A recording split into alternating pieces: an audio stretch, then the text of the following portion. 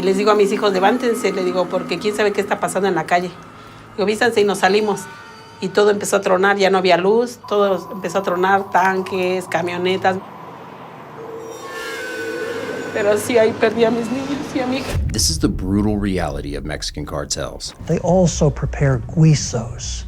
These are stews where you take a member of the family and you put them in a pig boiler and you pour gasoline on them and then you set a match to them.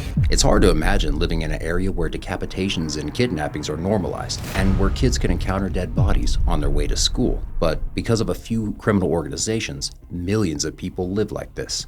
And it's not just them who are affected. For example, the CJ&G is largely responsible for the destructive fentanyl epidemic in the United States, and the negative effects go all the way up to the geopolitics. Mexican cartels are brutal and destructive in just about 1,000 ways. Let's explore the most violent and powerful cartels in power today. But before we go on, I must warn you. Today's video shares some really graphic details of torture and death. Before we delve into the thick of it, we must understand the wider context of Mexican cartels and why they are so destructive. Mexico and the United States share a giant border of almost 2,000 miles. Their cultures and businesses are closely intertwined. In 2018 alone, trade between Mexico and the US generated $671 billion. But lately, tensions have been growing between the two countries for one single reason: cartels. These cartels should be defined as a commercial insurgency and major threat to the U.S. national security interests. Reportedly, cartels make between $19 to $29 billion a year just from the U.S. Mexico is the world's 13th largest economy, and the U.S. is only second to China. Today, Mexico is on the rise as one of the most cost-effective places to locate manufacturing operations. Lots of these operations are now leaving China and moving to Mexico for better skilled and lower paid labor. For geopolitical reasons, balancing economic power like that is good, but all of this is in peril because the cartels seem to be in control of the government, and this is affecting the American government's outlook on Mexico as a whole. If Americans start to think of Mexicans as drug runners again, regardless of why, that damages our most productive trading relationship and our most brilliant opportunity for our future right out of the gate. Why are we saying cartels are in control? Well, just look at Ovidio Guzman's 2019 arrest attempt, also known as Black Tuesday. When Mexican forces approached Lopez's home, Cartel Guzman opened fire from within. However, after an intensive shootout, they were able to gain entry to the house and apprehend Lopez, who surrendered unarmed. On October 17, 2019, the Mexican military raided Ovidio's home and arrested him for a long list of crimes. They now say this drug lord, nicknamed the Mouse, has ordered the murders of informants, a rival drug trafficker, and a popular Mexican singer who refused to perform at his wedding. But as his brothers, El Chapo's sons, got word of this, hell rained on the officers. 10 officers and 19 cartel members died, and a dozen others were seriously injured as a whole war was unleashed. Pase, por favor, pase, por favor. Vamos los tres, tranquilo, aquí señor. Afuera, tranquilo. Listo, anda aquí tu mano. ¿Traes armas? The message was simple. You don't mess with the Sinaloa cartel. You don't mess with El Chapo's sons. Ovidio himself seemed to try to stop the massacre before it all happened. Diles que paren todo. Ya no quiero que haya desmadre. Hey, Ovidio, páralo. But this organization is larger than life, and its ego is fragile. They're playing hardball, knowing they can intimidate the government and seize control of money and power. Sadly, it worked. That year, Ovidio was released from custody and was free to do the Sinaloa cartel's bidding for 4 more years, until his 2023 arrest. Mexico's president explained his decision. No puede valer más la captura de un delincuente que las vidas de las personas. Falco Ernst, a senior analyst for the International Crisis Group in Mexico, who explained that Ovidio López Guzman's release set a terrible precedent and communicated a message that the state, including the army, could be blackmailed and was not in control. Exactly. Now the cartels know violence works. So in the infamous war on drugs, each cartel ups their brutal game, knowing this is the only currency that keeps them at the top of the game. Mexican cartels are deemed a regional security threat in Mexico and the US. And of course, they're a threat to all those who stand in their way. In the eyes of the cartels, even looking at them the wrong way can earn you a death sentence. Let's look at Mexico's most brutal cartels in power. Today, the Los Zetas cartel is not as powerful as the CJ&G or the Sinaloa, but its sheer brutality inspired the other two and laid the grounds for all the horror that's been happening since the 2000s. They are killing machines with no soul. The core of Los Zetas' belief stands in their name. Los Zetas means disease, and in Mexico, this is the tactical radio code for military officers. Los Zetas was the first militarized cartel because they literally started out as an army. In 1997, Los Zetas was formed as the Gulf Cartel's army. Their kingpin at the time, Ociel Cardenas Guillen, hired a retired Army Lieutenant, Arturo Guzman de Sina, to recruit the most violent deserters from the military special forces. De Sina's former radio code Z1 named the army. If this sounds cool, guess again. It only upped the violence tenfold. The first Zeta he recruited was Arturo Guzman de Sena. So what you saw was a change in the way drug cartels fought with violence. It was no longer those gang members with shaved heads and tattoos fighting with pistols and knives. It was militarized style, fighting like military units. And once they did it, this was spread across to every cartel in Mexico. This way, the Zetas became unstoppable. What cartel could face an army with special training and military weapons? Not even the police were equipped with weapons as tough as theirs.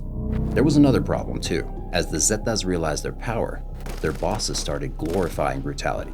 The more violent you were, the higher up in the army you could go. The Zetas even gave honor medals to the most violent soldiers. So the Zetas really upped the ante of violence within their conflict and their use of terror. I think a lot of this comes from the fact they were from the military and they had this instruction of how you defeat insurgencies, this anti-insurgency training that had originated in the United States, and this idea that you control territories through the use of terror. And because they were becoming unstoppable, Los Zetas also encouraged other cartels to take arms and become more violent. Then, in the early 2000s, came the war on drugs, the government's promise to put an end to the cartel violence. Ironically, this made cartel violence much, much worse. In 2002, Arturo de Sina was killed by the Mexican military. This was the kingpin strategy: eliminate cartel leaders and bring their cartel down. This had worked a decade before in Colombia with Pablo Escobar, but now it would lead to pure chaos.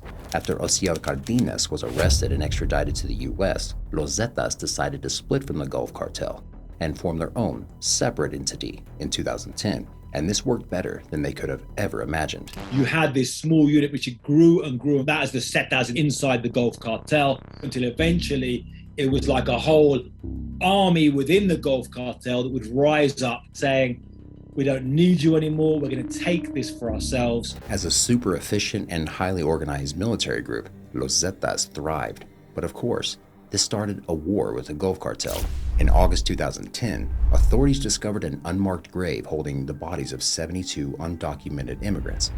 Los Zetas killed them all on a hunch. They were afraid they'd be recruited by the Gulf Cartel. This time, 193 bodies were recovered. People had been tortured and mutilated. Women had been raped. And reports came back that men had been forced to fight each other to the death with hammers and machetes. In August 2011, they did the same to 193 people, but this time, it was even worse. Dozens of women were violated, and the men who were killed were tortured for hours prior to this. Other men were forced to fight each other to the death, while Los Zetas members stood by, watched, and laughed. Whoever survived this ordeal was recruited into the Zetas cartel, because if you're ruthless and desensitized enough to kill your own friends, you're good enough for the cartel. Except these people had no choice. It was kill or be killed. In August of the same year, the Zetas set fire to an entire casino in Monterrey, killing 50 people. Their only problem was the casino refused to pay protection money. And in 2014, Los Zetas committed an unimaginable atrocity. They suspected 2 men from the town Allende had stolen money from the cartel. They decided to punish the whole town. Los Zetas' militarized army raided Allende and destroyed everything in their sight. 80 homes were reduced to ashes, and somewhere between 300 and 500 people died that day. You know it's a real-life horror movie when you can't even estimate the kill count within 100. This is the life of people living in the areas controlled by Los Zetas. Y les digo a mis hijos, levántense, les digo, porque quién sabe qué está pasando en la calle.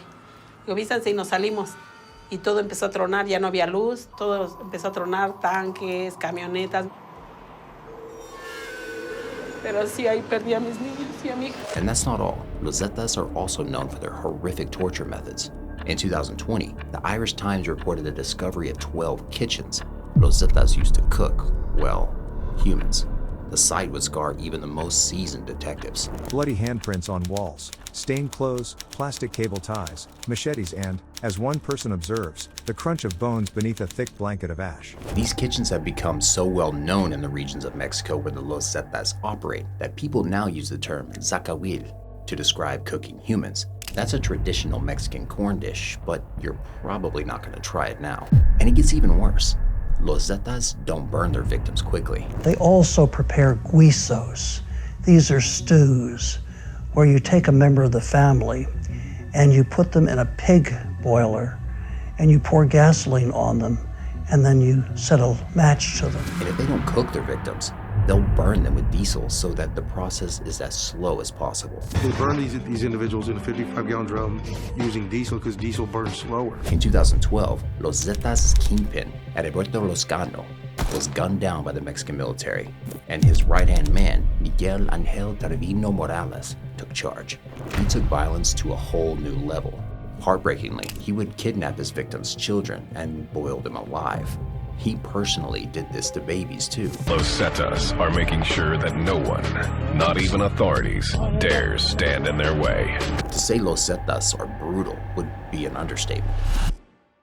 They've put them in acid and watched their bodies disintegrate. They have fed them to wild animals. But you see, their very brutality would be their downfall. In the 2010s, Los Zetas were controlling every kind of illegal activity in many eastern regions of Mexico. They'd also take over the local drug selling, shaking down, kidnapping, stealing cars, selling pirated goods. They started taking over corrupt trade unions. So it wasn't just a fight about the drug trade of the United States.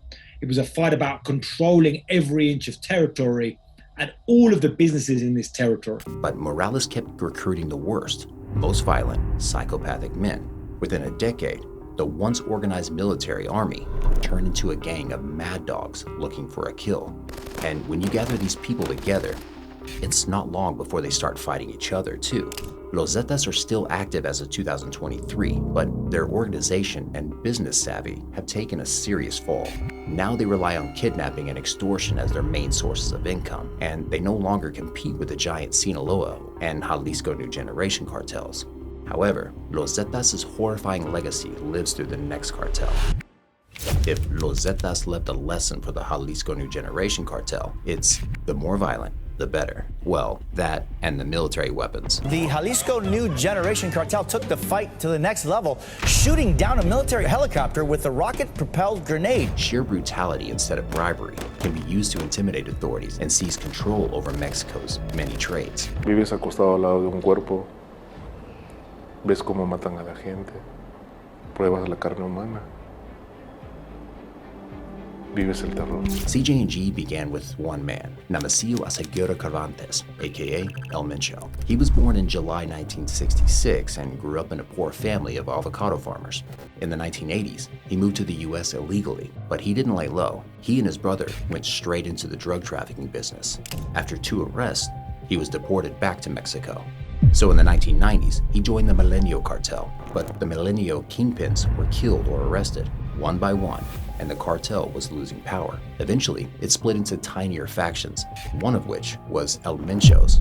Initially, it was called Los Torcidos, or the Twisted Ones. Then it became CJ&G. The Milenio cartel splintered over, and one of those splinters was Cartel Jalisco Nueva Generación, the CJ&G. Today, the CJ&G is deemed Mexico's most violent cartel. Cartel de Jalisco Nueva Generación, CJ&G, is the single criminal organization most responsible for these deaths on both sides of the border. Imagine this being your proudest achievement. In an ironic twist, after being deported to Mexico, El Mencho worked for the local police for a few months. But it's likely he just did that to learn the ropes about organized attacks and military strategy. This is what the Mexican authorities found at one of the CJ&G bases. That the cartel possesses highly sophisticated armament, including machine guns and grenade launchers. The army is structured, organized, and trained in warfare. This means that they are always ready to attack or defend their headquarters. And in July, footage would emerge of that CGNG convoy. These gunmen call themselves the Elite Group and pledge allegiance to El Mencho. They're armed with assault rifles with grenade launchers attached to the barrel, heavy machine guns, and also this gun. This is a .50 caliber sniper rifle. It's a powerful weapon that the CGNG loves to show off. But they rarely defend. CGNG's philosophy is to attack everyone before they even do anything. Intimidation is their main tactic. They dress in army-style uniforms and make a great show of using heavy military-grade weaponry. They have a very intelligent strategy, which is basically branding themselves and looking like paramilitary power. They do have their full letters, right? The CJNG on their vests. They dressed as properly military. They also have these high caliber guns. They have what they call those monstruos, which are really basically like man-made tanks, you know? And unlike other Mexican cartels, CJNG doesn't just attack rival cartels for power, money, and territory. They attack anyone, from police officers to civilians. They want to spread a message. They are in charge now, and they're ruling by fear. In April 2015, the CJNG ambushed dozens of police officers and trapped them in a corner. 15 officers died simply because they were on the wrong side of the war, from the cartel's perspective. The officers were trapped and continually shot at by members of the CJNG, killing about 15 of them. And when the CJNG fights rival cartels, they literally reduce towns to ashes. El aguaje se convirtió en un pueblo fantasma. Las casas pues ya no son las mismas, todas están balaceadas. Antes aquí es donde estaban los Jaliscos. Esto era la barricada de ellos. One time, El Mencho found out the Mexican military were planning to arrest two of his most trusted men, El Ere and El Apa. So he began an operation to distract the authorities. This meant creating bigger trouble elsewhere. El Mencho's sicarios set fire to 25 outlets in Guanajuato. They were shooting at random people and blowing up cars just to send the message that El Mencho was in charge. The end goal? An incredible amount of money.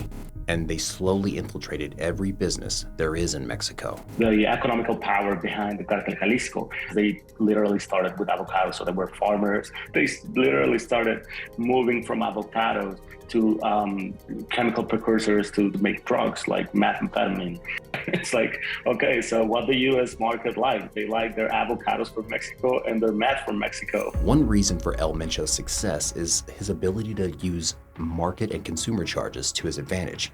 Initially, the CJNG produced just methamphetamine, but as soon as El Mencho saw that consumer demand changed, he moved to heroin production.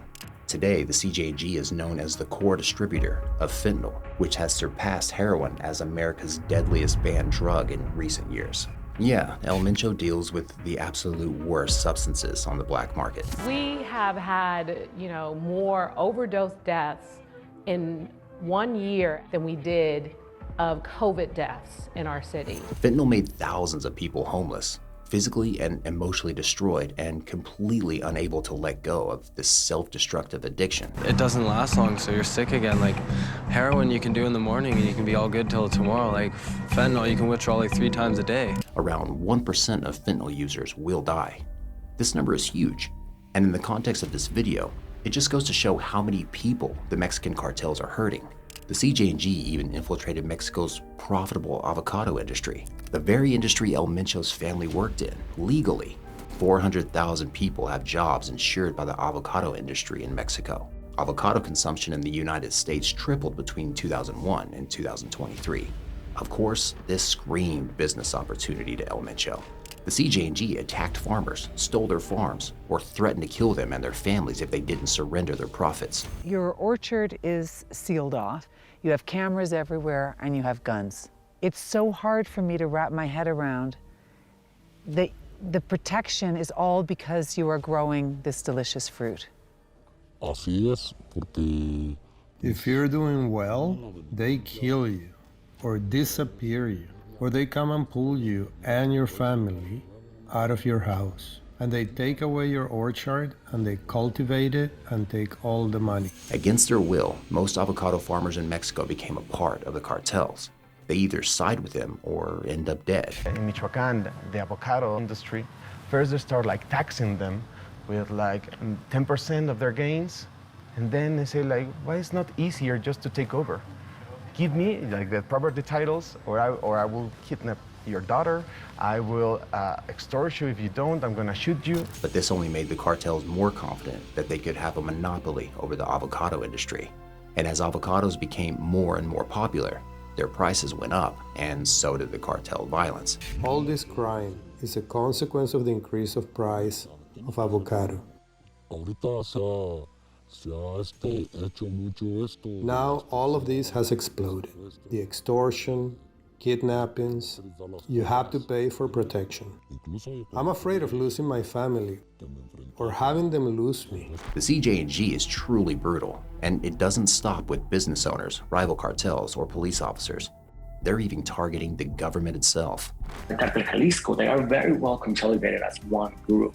And so that means that they can really put up really organized attacks against the Mexican government. And all that violence is only to have leverage in the negotiations with the government, with politicians, right? They create these chaos to go and sit with the local politicians and say like, okay, do you want more or shall we negotiate this? The only hope in stopping the CJ&G's violence lies in the recent rumor of El Mencho's death. In 2020, it was reported that El Mencho suffered from kidney disease, and he had built his own private hospital to treat it.